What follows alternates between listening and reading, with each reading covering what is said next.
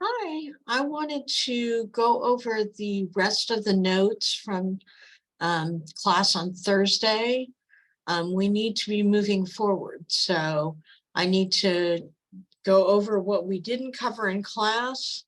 There were some problems that I said I would work out, and then there was some stuff that we weren't able to get to. So let me go ahead and share my screen, and let's take a look at these problems. So the first one that we had was this operation of functions, and we were doing addition with these two functions. So this one I wanted to include because I know that we all struggle, a lot of us, with fractions. So let's take a look at this. So we're going to do s plus t of x. So that means it's going to be s of x plus t of x. And so that's going to give me x minus 2 over x squared minus 9 plus x plus 3 over 2 minus x. Now, I know a lot of us freak out when we see fractions, but the main thing is we want a common denominator. So our lowest common denominator is going to be x squared minus 9 and 2 minus x. So if we do this, we're going to multiply this first fraction by 2 minus x. We're going to multiply this fraction by x squared plus minus 9. We do it to the top and the bottom. So that gives me 2 minus x times x minus 2 plus x plus 3 times x squared minus 9 all over x squared minus 9, 2 minus x. So now what I'm going to want to do is multiply these two things out. Remember to use the distributive property, or what we call FOIL. So we're going to take and we're going to multiply the 2 times everything over here and the x by everything over here and the same thing over here.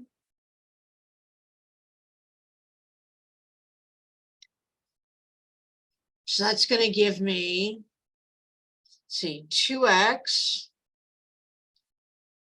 minus 4 minus x squared plus 2x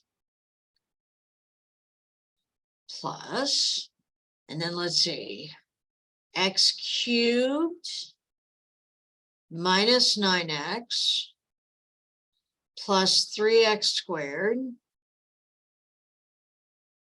minus 27. All over x squared minus 9, 2 minus x. So then what we're going to do is we're going to combine like terms. So we have just the x cubed, so that's going to go first. And then we have a minus x squared and a plus 3x squared. So that gives me plus 2x squared. And then we have, let me do it in a different color.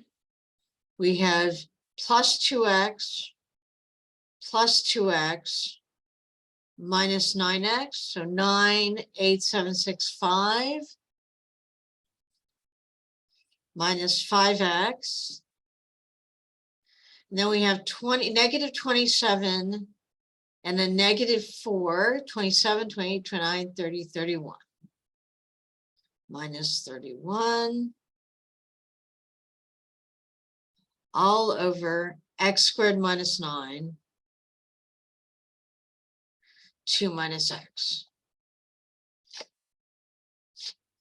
So yes, it was a little scary to look at, but really it's the same thing. Take it slow, you can do it. Okay, the other thing we talked about yesterday on Thursday, was the composition of functions.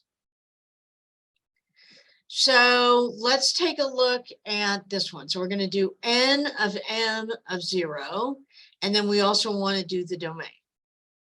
So we're going to do n of m of x. We're going to take and we're going to plug in m of x.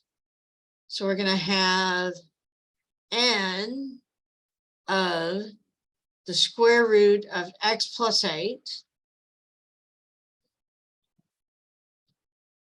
And that gives me the square root of x plus 8 minus 5. And I can just write that without the parentheses.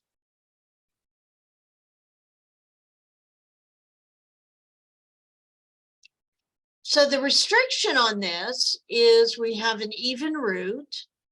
So x plus 8 has to be greater than or equal to 0. So x has to be greater than or equal to negative 8. So my domain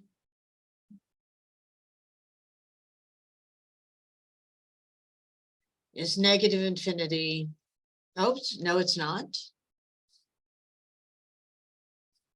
My domain starts at negative 8 and goes to infinity.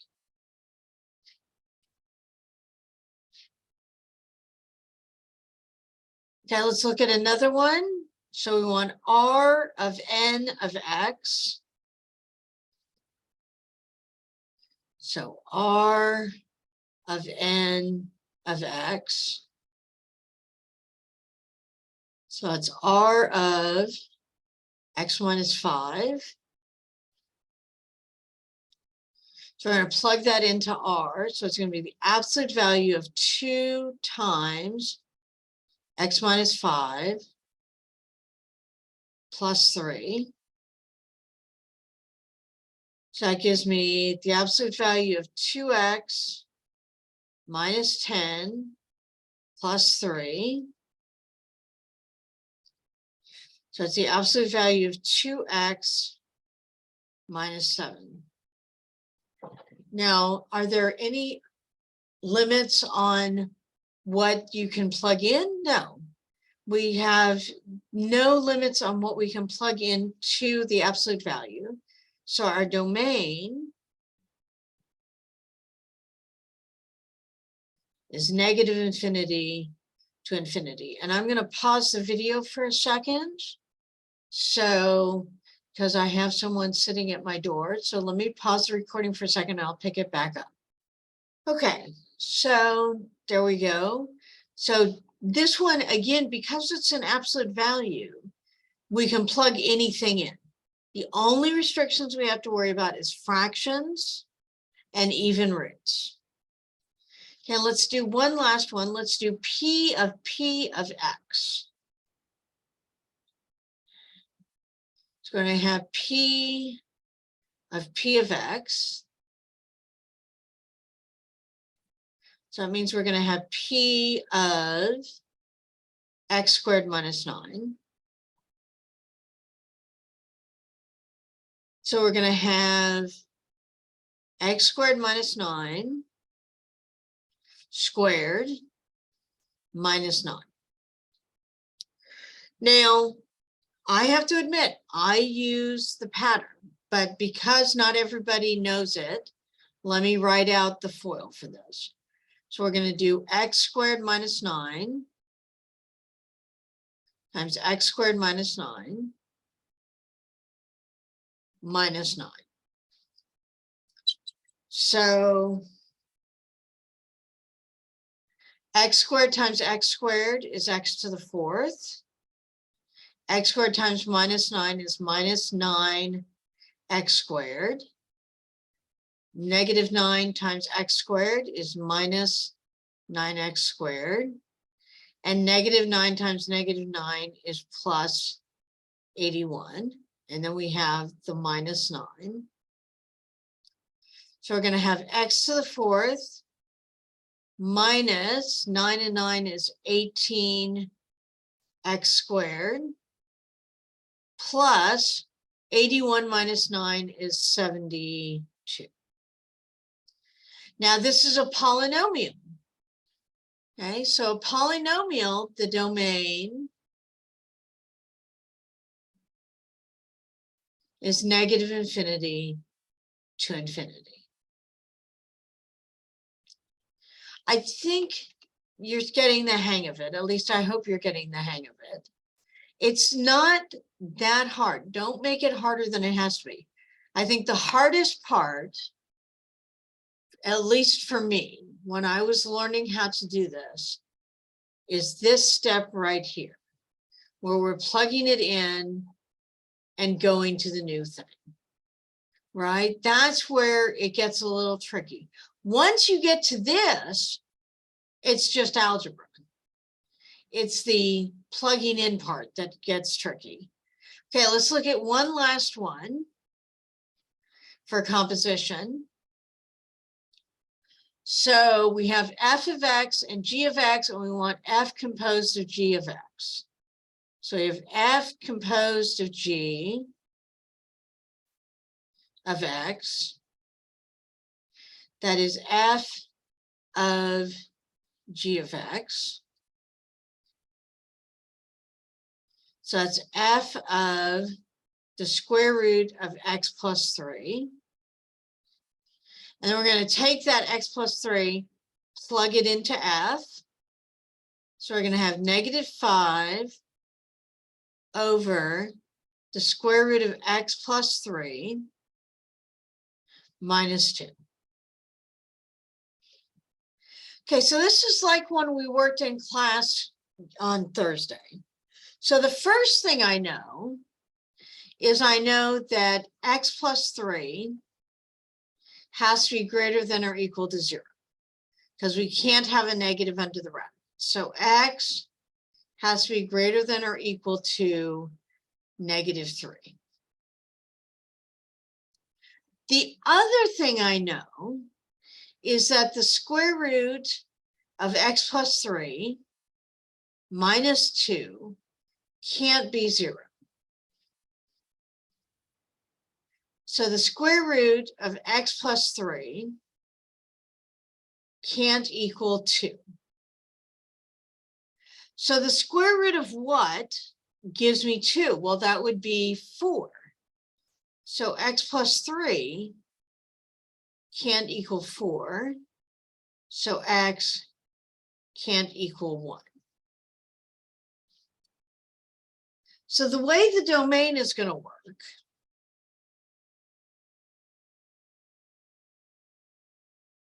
is we're going to start at negative 3. We're going to go up. Let me just draw the picture just to show you. Here's negative 3. Here's 1. We have a solid dot because it's equal to at negative 3. We have an open circle at 1, and we're shading greater than. So we're shading to the right. So we're going from negative 3 to 1. We can't include 1. We're skipping over the 1, and then we're going off to infinity. I think that's the trickiest one.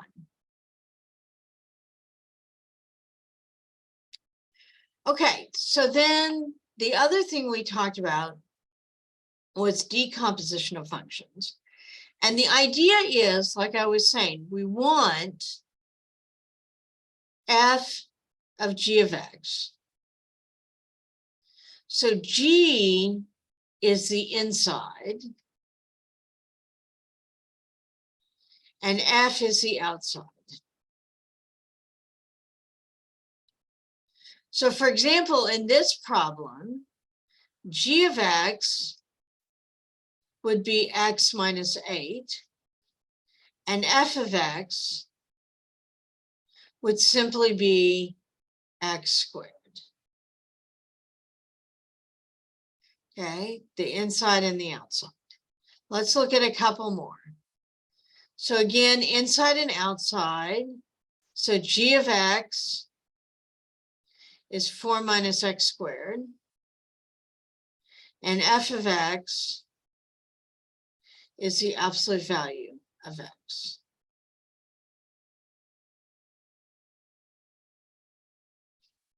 And see, again, the inside and the outside.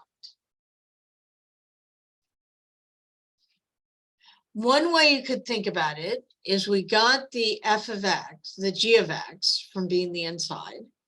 So I want f of 4 minus x squared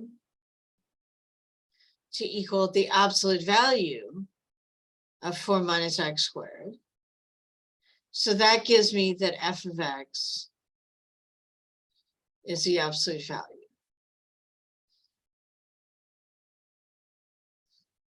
Okay, and this one.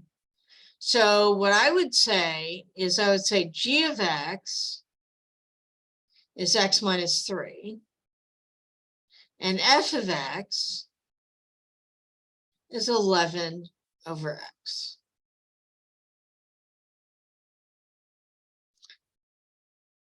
I personally don't find these very difficult, but if you're struggling with them, let me know. Okay, the last thing, oh, hold on a second. Let me take a break for just a second. Okay, as I was saying, the last thing that we're going to cover is looking at a graph and picking out from the graph the values. So for example, if I have f plus g of 0, that's going to be f of 0 plus g of 0. So f of 0 is here, that's 4, plus g of 0, that's negative 4. So my answer is 0. Or if I have g minus f of 1, so that's g of 1 minus f of 1.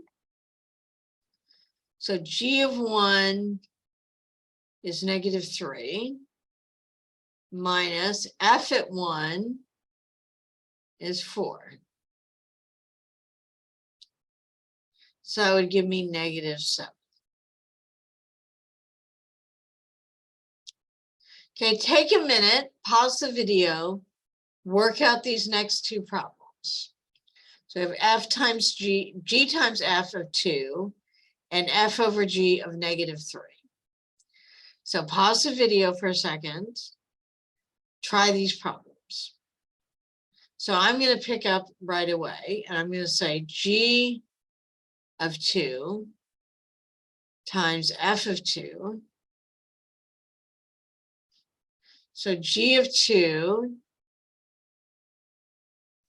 is negative 2, and f of 2 is again 4. So that gives me negative 8. And this one is f of negative 3 over g of negative 3.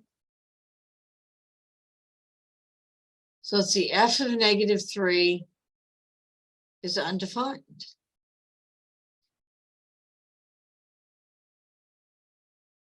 And it doesn't matter what's down here. It's just going to be undefined.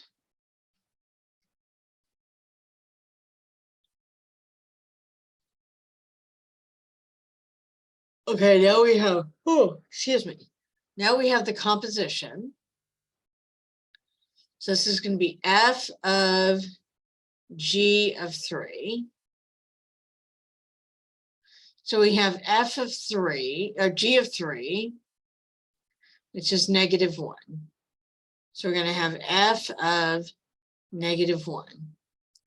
And f of -1 is 3. Let's see, g composed of f of 0.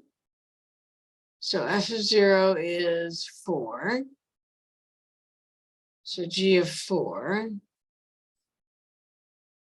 And g of 4 is 0. Easy enough. I'm going to take another break. And I'll come back and do the second problem. And then let's look at the last problem. It's the same. Well, let's see. Oh, it's still the same function. I had one more. So f of g of -1. Here we go. F of g of -1. So it's going to be g of -1 is -3.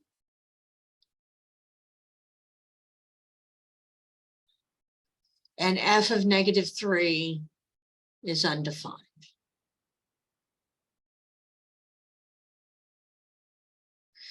Take a minute, try the second problems, pause the video for a second, and try and work those out on your own. When you come back, I will be working out the problems, and you can double check your work. So welcome back. So we're going to have f of 1 plus g of 1. So it's going to be 1 plus -2 gives me -1. And g of -3 minus f of -3. So -1 minus -2. -1 plus 2 is 1.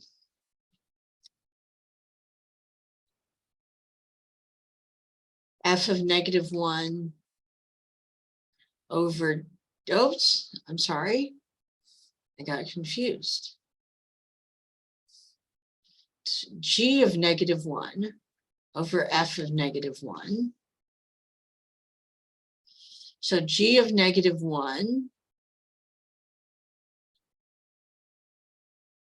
is -2. And f of -1 is 0. So this is undefined.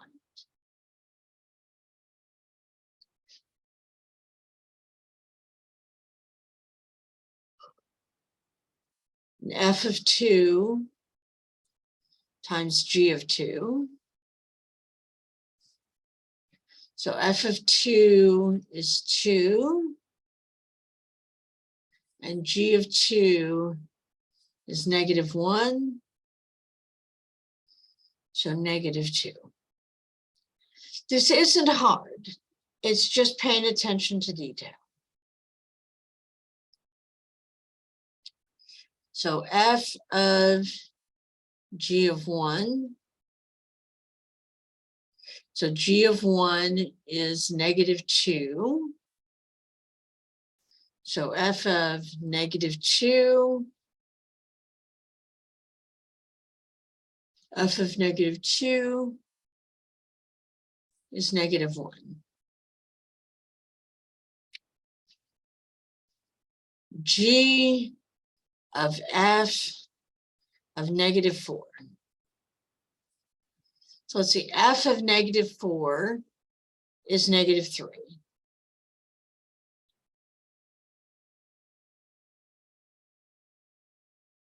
And G of -3 is -1. Again, not hard.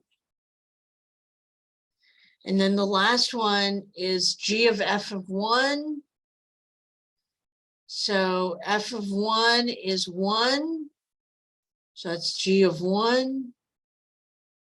And G of 1 is -2. So if you have any questions about this, let me know. I will be available. I'll be on campus on Sunday during the Math Hub hours this Sunday. So if you want to come and talk to me then, I'll also be checking my emails on Sunday. As usual, I don't check my emails on Friday night and Saturday. So I'll be checking my emails Sunday. Thank you for watching this. I hope this helps.